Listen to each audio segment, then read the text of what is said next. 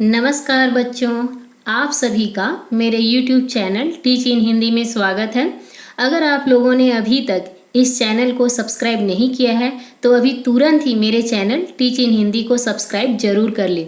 बच्चों, आज हम इस वीडियो में मनोहर श्याम जोशी द्वारा रचित कहानी सिल्वर वेडिंग का अध्ययन करेंगे। इस कहानी में लेखक ने नई पीढ़ी और पुरानी पीढ़ी के विचारों एवं व्यवहारों में आए परिवर्तन को बताया है। इस कहानी के मुख्य पात्र को पुराने रीति रिवाजों का समर्थक और उसके परिवार को आधुनिक विचारों का समर्थक बताया है, जिसके कारण कहानी के मुख्य पात्र और उसके परिवार वालों के बीच हमेशा मतभेद बना रहता है। इस वीडियो में हम सबसे पहले लेखक का जीवन परिचय, उसके बाद पाठ का सार, फिर अंत में महत्वपूर्ण प्रश्नोत्तर के बारे में पढ़ेंगे। तो सबसे पहले हम इस पाठ के लेखक श्री मनोहर श्याम जोशी के जीवन परिचय के बारे में जानेंगे। मनोहर श्याम जोशी जी का जन्म 9 अगस्त 1933 को राजस्थान के अजमेर में हुआ था। इनकी प्रमुख रचनाएं निम्न हैं, जिनमें सबसे पहले कहानी संग्रह, उसके अंतर्गत है कुरुकुल स्वाहा, कसब, हरिया हरक्यूज की हैरानी, हमाजाद और क्या। फिर व्यंग संग्रह भी है, जिसमें है एक दुर्लभ व्यक्तित्व, कैसे किसकागो, मंदिर घाट की पौड़ियाँ, इस देश का यारो क्या कहना। फिर संस्मरण भी इन्होंने लिखे हैं, जिसमें है लखनऊ मेरा लखनऊ और पश्चिमी जर्मनी पर एक उड़ती नज़र। और इन्होंने टेलीविज़न पे भी धारावाहिक लिखे हैं, जिसमें है हम लोग, बुनियाद, मुंगेरी लाल के हसीन सपने। उसके साथ साथ हिंदी फिल्में भी है, जिसमें है हे राम, पापा कहते हैं, अप्पू राजा, भ्रष्टाचार।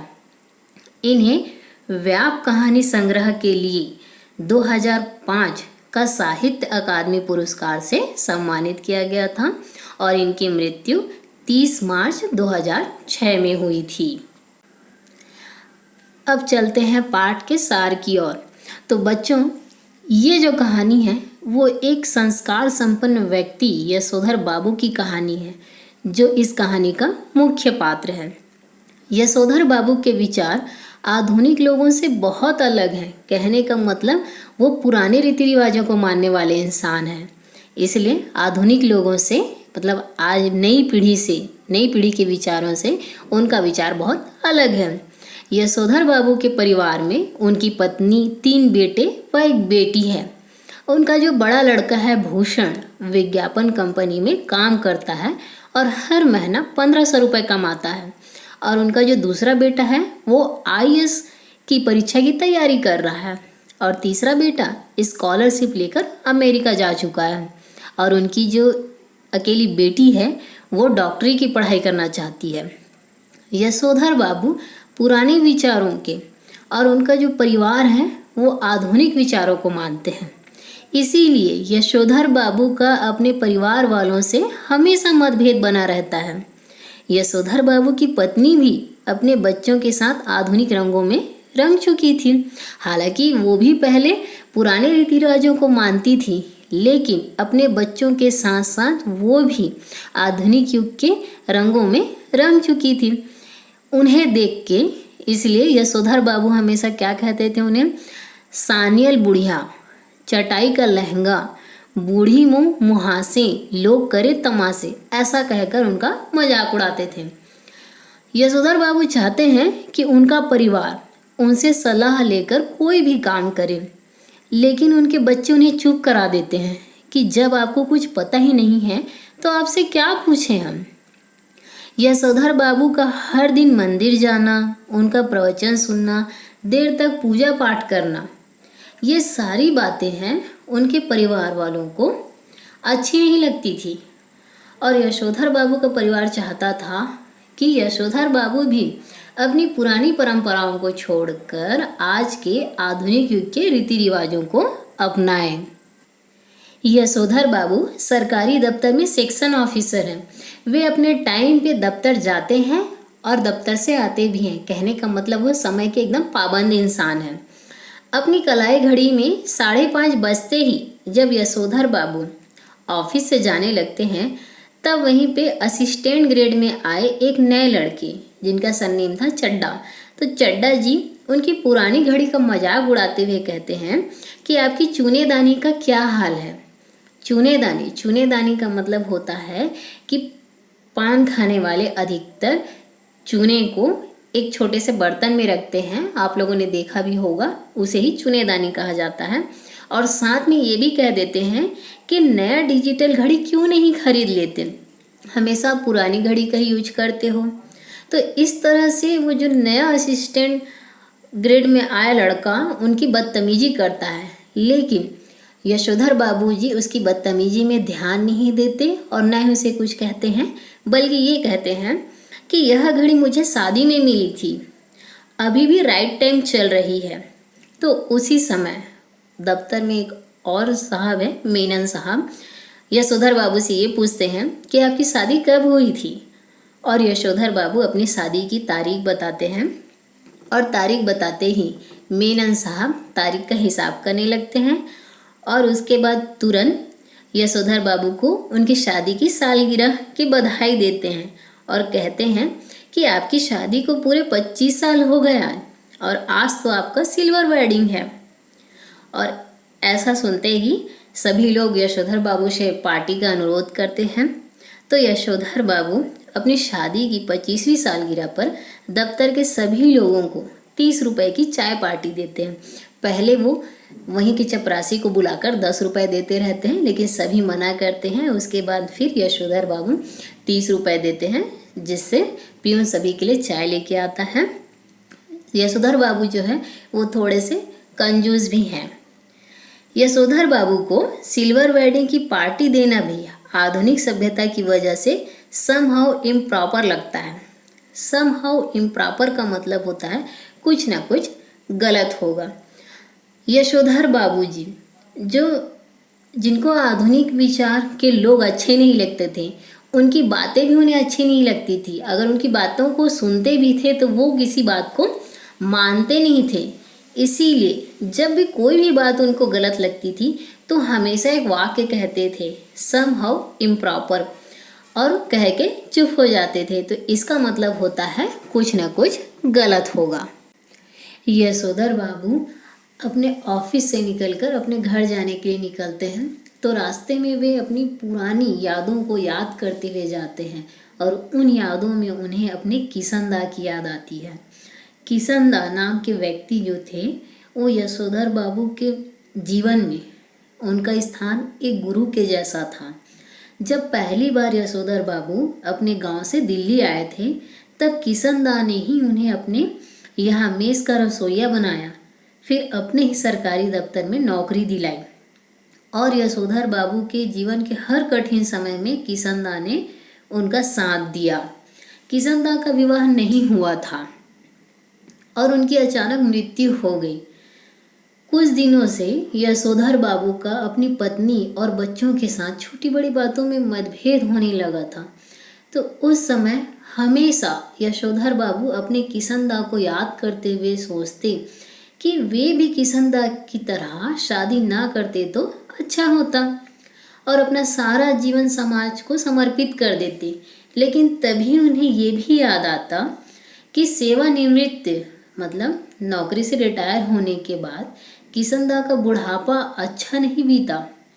उनको उनके किसी भी साथी ने शरण नहीं दी, है ना, क्योंकि उन्होंने तो विवाह किया नहीं था, है ना। तो उनको गांव में जाकर रहना पड़ा और परिवार के अभाव में उनकी देखभाल अच्छे से नहीं हो पाई, जिसके कारण अचानक ही उनकी मौत हो गई।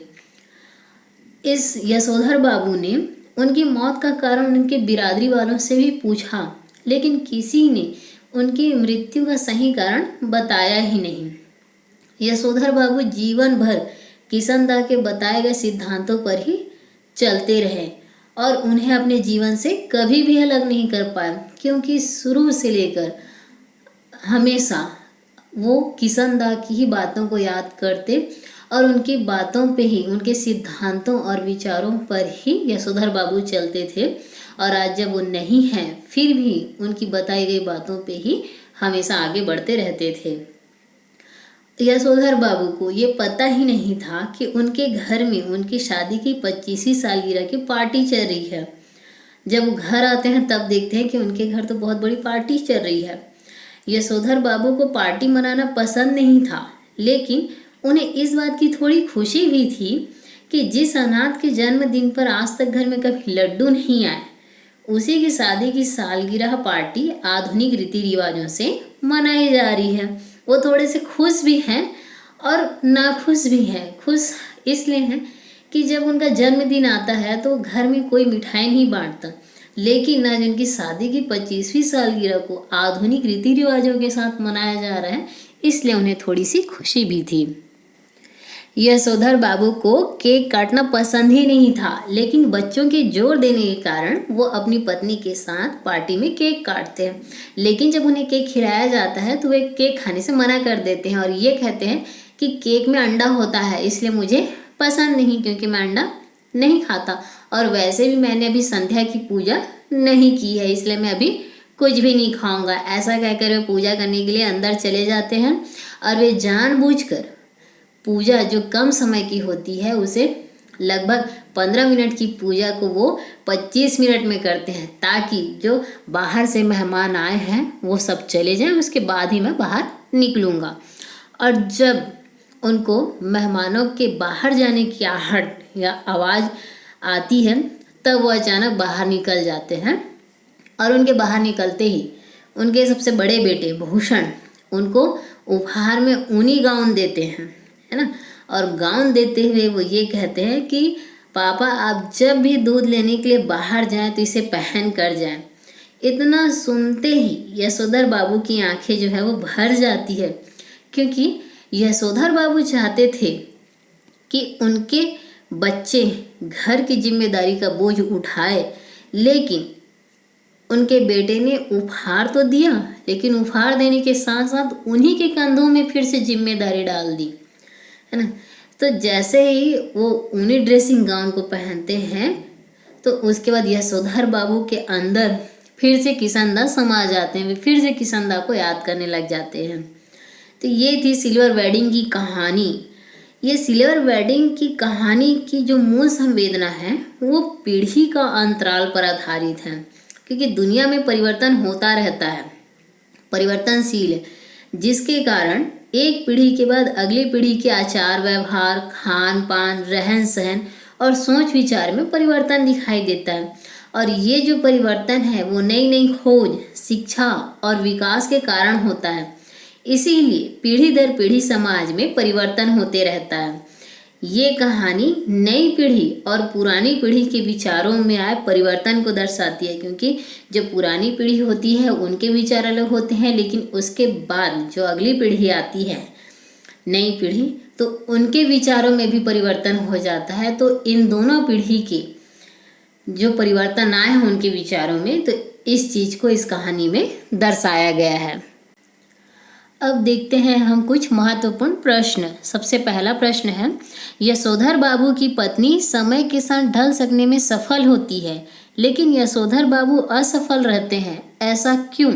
तो इसका उत्तर आप ऐसे लिखेंगे कि यशोधर बाबू और उनकी पत्नी दोनों ही पुराने रीति रिवाजों के समर्थक थे, लेकिन यशोधर बाबू की पत्नी समझदार थी और वह अपने बच्चों के साथ साथ आधुनिक चमक के नए नए विचारों में ढलना जान गई। और हमें व्यवहारिक ज्ञान भी सिखाता है कि समय के अनुसार हमें अपने आप को ढाल लेना चाहिए, ताकि हम अपने परिवार के साथ अपना तालमेल बिठा सकें। लेकिन यशोधर बाबू अपने परंपरागत सिद्धांतों पर ही चलना चाहते हैं। उन्हें आज की पीढ़ी की नई सोच पसंद नहीं है, अतः वे अपने और अपने परिवार के बीच में तालमेल नहीं बिठा पाते हैं।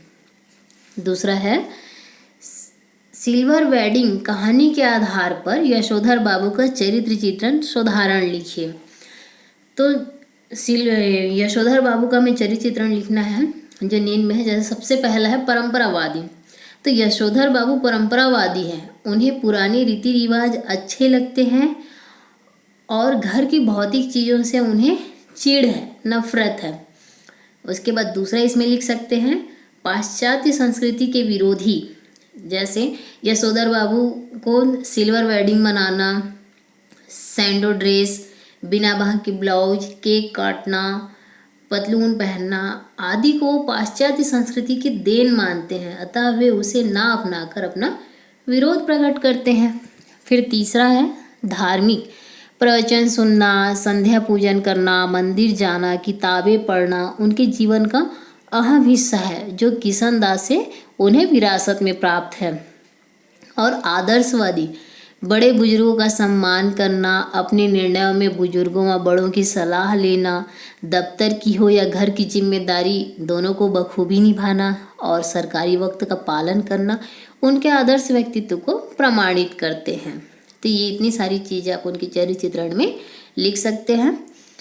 फिर उसके बाद क्वेश्चन है समहाउ इम्प्रॉपर वाक्यांश का प्रयोग यशोधर बाबू लगभग हर वाक्य के प्रारंभ में तकिया कलाम की तरह करते हैं।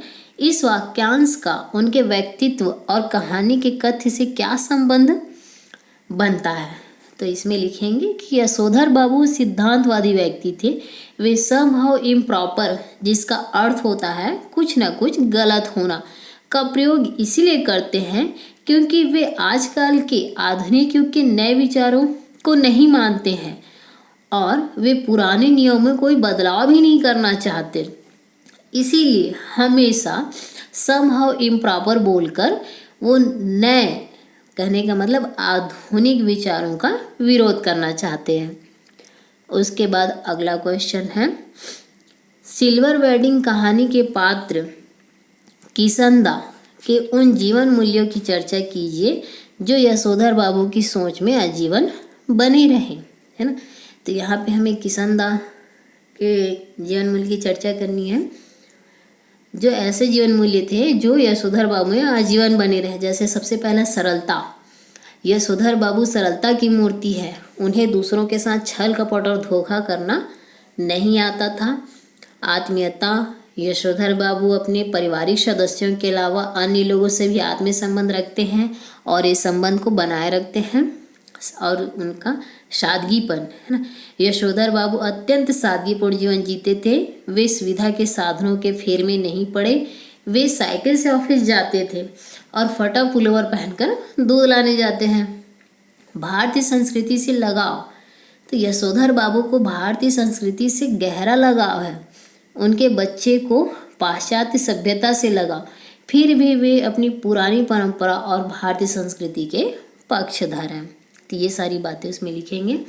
उसके बाद अगला क्वेश्चन है सिल्वर वेडिंग के आधार पर उन जीवन मूल्यों की साधारण समीक्षा कीजिए जो समय के साथ बदल रहे हैं, है ना। समय के साथ क्या क्या चीज़ें बदल रही है उसके बारे में आपको लिखना है।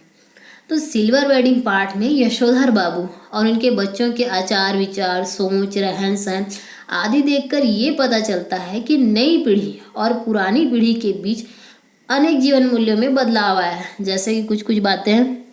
सामूहिकता, जिसमें आप लिखेंगे यशोधर बाबू अपनी उन्नति के लिए जितना चिंतित रहते हैं उतना ही अपने परिवार, साथियों और सहकर्मियों की उन्नति में भी। पर जो नई पीढ़ी है वो आज अकेले उन्नति करना चाहती है। उसके बाद दूसरा है पूर्वजों का आदर। पुरानी पीढ़ी अपने बड़े और पूर्वजों का बहुत आदर करती थी, पर समय के बदलाव के साथ ही इस जीवन मूल्य में भी गिरावट आ गई है। आज बुजुर्ग होते हैं वे अपने घर में उपेक्षा के शिकार हो जाते हैं। उनका ढंग से देखभाल नहीं किया जाता और ना ही उनका सम्मान किया जाता है। उसके बाद इसमें लिख सकते हैं परंपराओं से लगाव। पुरानी पीढ़ी अपनी संस्कृति, परंपरा, रीति रिवाज से लगाव रखती है, पर समय के साथ इसमें बदलाव आ गए हैं और परंपराएं दकियानूसी लगने लगी हैं कि आज के लोग पुरानी परंपराओं को नहीं मानते हैं। और अंत में आप लिख सकते हैं इसमें त्याग की भावना। तो पुरानी पीढ़ी के लोगों में त्याग की भावना मजबूत थी। वे दूसरों को सुखी देखने के लिए अपना पूरा सुख त्याग देते थे। लेकिन अब समय बदल चुका है। आज लोग स्वार्थी प्रवृत्ति के हो गए हैं जो मनुष्यता के लिए हितकारी नहीं है। उसके बाद लास्ट क्वेश्चन है इसमें यशोधर बाबू ऐसा क्यों सोचते हैं कि वे किशनदा की तरह घर गृहस्थी का बवाल ना पालते तो अच्छा था। तो इसमें लिखेंगे यशोधर बाबू परंपरा को मानने तथा बनाए रखने वाले इंसान थे। उन्हें पुराने रीति रिवाजों से लगाव था और संयुक्त परिवार के समर्थक थे। लेकिन उनकी जो पुरानी सोच है वो बच्चों को अच्छी नहीं लगती है। बच्चों का आचरण और व्यवहार देखकर उन्हें दुख होता है और उनकी पत्नी भी बच्चों का ही पक्ष लेती है और ज़्यादा समय बच्चों के साथ बिताती है। इसके अलावा यशोधर बाबू को घर के कई काम करने होते थे और घर में अपनी ऐसी स्थिति देखकर वे सोचते हैं कि किशनदा की तरह घर गृहस्थी का बवाल ना पालते तो अच्छा था। बच्चों, आप लोगों का सिल्वर वेडिंग का पार्ट इस तरह से समाप्त हुआ। अगर आप लोगों को सिल्वर वेडिंग का पार्ट अच्छे से समझ में आ गया हो तो इस वीडियो को लाइक व अपने क्लासमेट को शेयर जरूर करें और साथ ही मेरे इस चैनल टीच इन हिंदी को सब्सक्राइब करना ना भूलें। धन्यवाद।